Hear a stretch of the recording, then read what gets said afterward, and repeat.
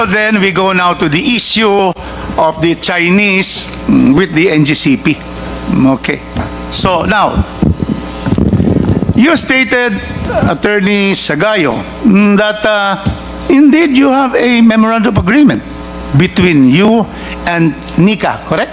And NICA, Mr. Chairman, is the primary intelligence gathering and analysis of arm of the Philippine government, carrying out three functions: overt, covert, clandestine intelligence operations. So we have to find out on this issue of national security, which is brought about during the last hearing and then now, that the Chinese are there, and therefore there is this is a question of national security because the Chinese interferes with the NGCP.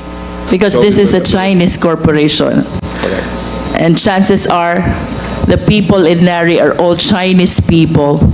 And that's what make this situation so difficult for us Filipino citizens. Nice logic yung sinasabi. I apologize, pero para sa akin, di ka tanggap-tanggap eh. Nari is a supplier. Ibig sabihin, contractor ng NGCP yan. Hanggang ngayon, binabayaran nyo yan. Hindi naman pwedeng hindi nyo imbitahan. And they will say, kung hindi kayo mag-appear dito, tigil na namin bayad, kuha na kami ng iba na supplier.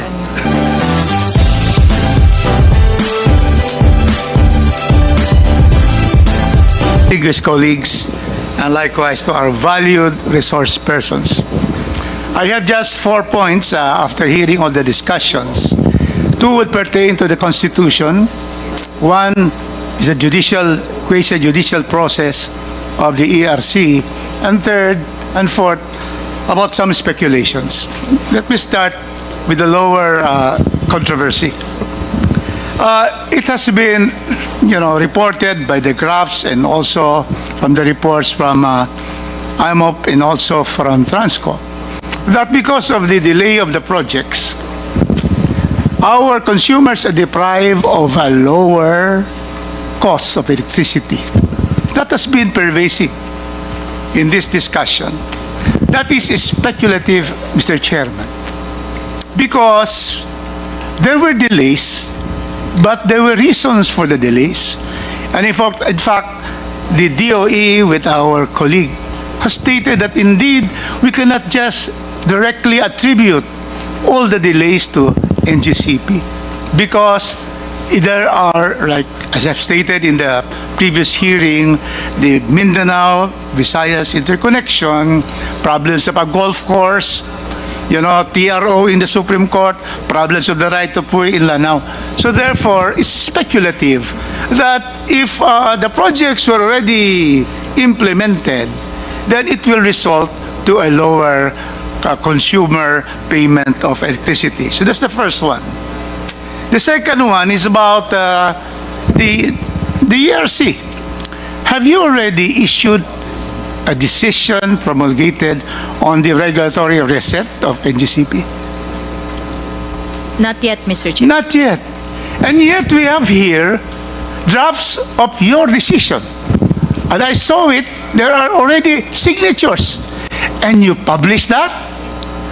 My goodness, it is my first time as a practicing lawyer for 45 years that a quasi-judicial body will be publishing a decision, a draft decision, because precisely you are the ultimate decision maker and you are the regulatory agency. I cannot see any judge publishing what will be his decision and getting comments. It is not that that the procedure that should not be adopted. You collegially decide and then come out. After all, there are parties. The applicant is NGCP. There are intervenors. So maybe know your answer.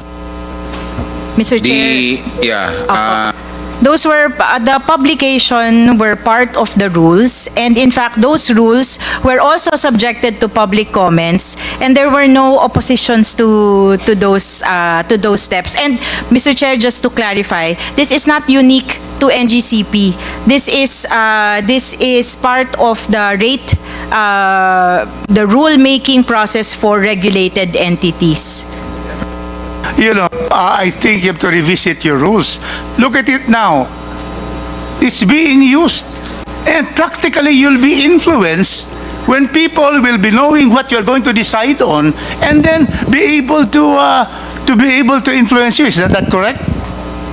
Yes, Mr. Chair, we are open to influence by the public because that is the part of the process, Mr. Chair. But other influences will not be from the public, but vested interests, Mr. Dimalanta. You see, there are some vested interests who are interested, in fact, in the NGCP franchise. So therefore, you know, if you are a judicial body, you're just like a judicial body, and you should not be announcing everything first before your final decision, because after the final decision, there can be the motion for reconsideration. So that is my take as far as your rules of procedure are concerned. Next, Mr. Chairman. We go now. So first, we have already, in the last hearing, it was clearly established NGCP had paid all the taxes. It has paid all the taxes. BIR states so, ERC states so. Second, the NGCP has complied with for the franchise section on public ownership. They listed a company which has 30% ownership there, corporation already listed. So the second issue, clearly, the NGCP has rightly and fulfilled their obligations in the Section 8 and then Section 7 on taxes. Third, cross-ownership. Clearly, ERC Chairperson Mona said that, you know, the prohibition against cross-ownership had already been amended by the franchise of NGCP. Now I go to new issues. Now, the next issue is, already in the last hearing, the SEC has already come out with an opinion that chairmen who are foreigners, like in this case a Chinese is a chairman, has no violation of the constitutional provision under Article 15 that it says there that executive and managerial positions are reserved to Filipinos. Clearly, the chairmanship is not a violation if you have a Chinese or any other foreign individual. Now, what's being brought here is that the chief technical officer. Question to SEC. Are technical officers executive or managerial positions violating the Constitution of the Republic of the Philippines? Good afternoon, Mr. Chair. As to the duties of the Chief Technical Officer, it would largely depend on what is written in the bylaws of NGCP. NGCP, did you not examine that and then you had a decision and you have certified that there's no violation? We have no certification that NGCP has not violated any constitutional provision. If I have to manifest that, what I have stated in the last hearing is based on an opinion by the SEC that was issued before, stating that chairman of the board may be a foreign national, but it has to be qualified that his duties will be limited to that of a presiding officer in board meetings. That's correct. NGCP, okay. Oh, you have secured all the approvals of this chief technical officer. Can you tell us which agencies has approved and has now no objection to your appointment of a chief technical officer who is a Chinese?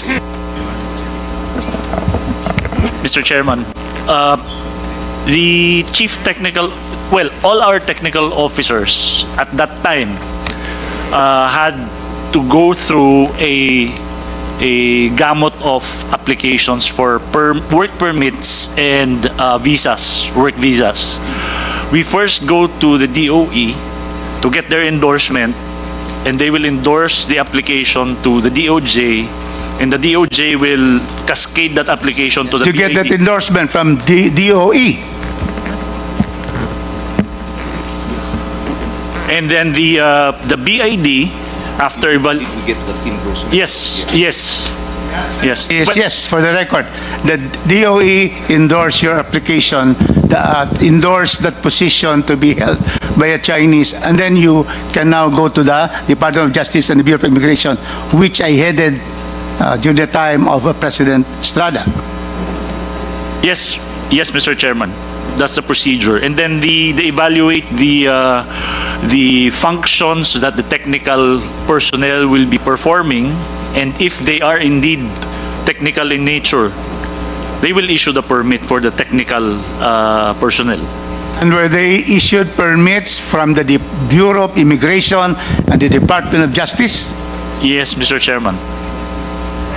For nobody has questioned these decisions of the agencies that are really looking into whether a position holder violates the Constitution or not. There was no adverse decision of all the agencies of the government. Not that we recall, Mr. Chairman. Was there, because you supervise corporations, was there a complaint of any person against the chief technical officer holding this position that it violates the law? As of this moment, Mr. Chair, there is no filed complaint regarding that matter, Mr. Chair. And so therefore, once again, I'm saying that there is no violation at all. And so, chairman can be a foreigner, chief technical officer can be a foreigner. Now, it's clear. Now, let's go to the most basic, the most important constitutional, what pervades the Constitution, and that is national security, Mr. Chairman.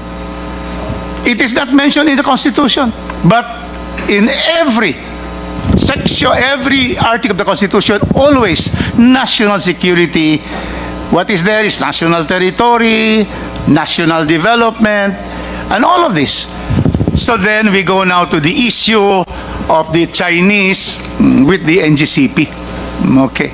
So now, you stated, Attorney Sagayo, that indeed you have a memorandum of agreement between you and NICA, correct?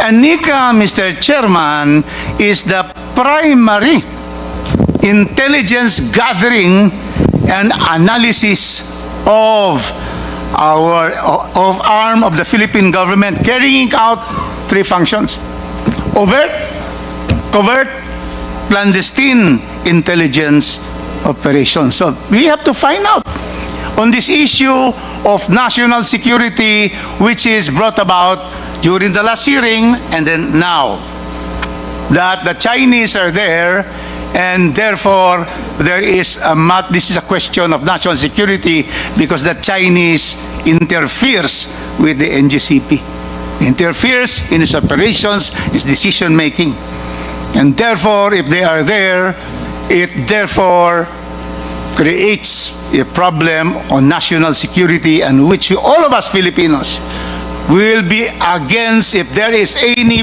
foreign power that will therefore make, decide on the fate of Filipinos. We will know now whether this particular, has the NICA found any violation of NGCP in relations to these Chinese being there as technical or as board directors? Before you answer, you're 5 minutes up, but we will give you an extension because you're also a senior citizen. Yes, I invoke Okay, that because otherwise okay. there will be no equal protection of the laws. Okay. If you are going to Proceed. give We will extend. Congressman Marcoleta and not me. Thank you for the Okay. 3 minutes. Thank you. Otherwise, you violate the Constitution. Mr. Chairman, please. Please, attorney. No finding of any violation by And- NICA. Thank you, Mr. Chairman. Thank you. And since when did you have this memorandum allowing NICA to really go into the operations, go into the your distribution system and the influence of the Chinese in the NGCP? When did you have that NICA agreement? Mr. Chairman, Please. thank you, Mr. Chairman. Prior Okay. to this administration, we had been allowing NICA, ISAF to inspect our facilities. During this administration of President Marcos, we entered into a memorandum of agreement with NICA. And also during this administration, we allowed them, Mr. Chairman, to hold office in NGCP. Thank you, Mr. Chairman. So you're saying Proceed. that NICA, Mr. Chairman, can I proceed? You're saying that the NICA is holding office right there in your premises. That's what I said, Mr. Chairman. Wow. And Thank you. also, you mentioned about the ISAP. Do you have also agreements with the armed forces of the Republic of the Philippines? Mr. Chairman, with respect to the armed forces of the Philippines, we have agreements in the local level with respect to the protection of our facilities. And we also have an agreement with the armed forces of the Philippines with respect to reservists. We have reservists who are employees of NGCP who committed themselves to protect the transmission facilities. And Attorney Samboy here is a lieutenant colonel, is a lieutenant colonel of the reserve forces of the armed forces of the Philippines. Thank you, Mr. Chairman. So in all the operations from the time you started in 2008 up to now, has there been any derogatory report and you have been asked by the NICA, the armed forces, and all the intelligence bodies here that you have to be, there are violations in terms of possibility. We're talking about possibilities. Possibility of interference by these Chinese who are always intruding illegally in our West Philippine Sea, in which the Chinese has lost all 8 points in the international arbitral tribunal in Den Haag. Was there any to alert you? Because the NICA is the primary intelligence gathering and analysis of our country. Was there anything from the time you operated up to now that NICA has called your attention to violations? Mr. Chairman, there's none. We haven't received any notice from NICA, from ISAP, that we are violating security measures and laws. Thank you, Mr. Chairman. And my final question is to the President Anthony Almeida. You're under oath. Where is Anthony? Mr. Almeida, please take your respective seat. I think he went to the restroom. Yeah. Do you assure this august committee on franchise, with our distinguished members here present and the valued resource persons, can you state you're under oath that there is no possibility of interference from the Chinese in our operation, especially in the supply of electricity in this country, which was also stated by the chairman, no less than Henry C. Sr., that there is no possibility at all, and everything is fake news, that the Chinese can interfere and can black out the entire country. Can you say that categorically, unequivocally? Mr. Almeida, you're under oath. Yes, Mr. Chair. Yes, there is no possibility that, as far as I'm concerned, as a Filipino citizen and as a reserve also of the armed forces, I categorically say that there's no possibility, Mr. Chair, that the Chinese can,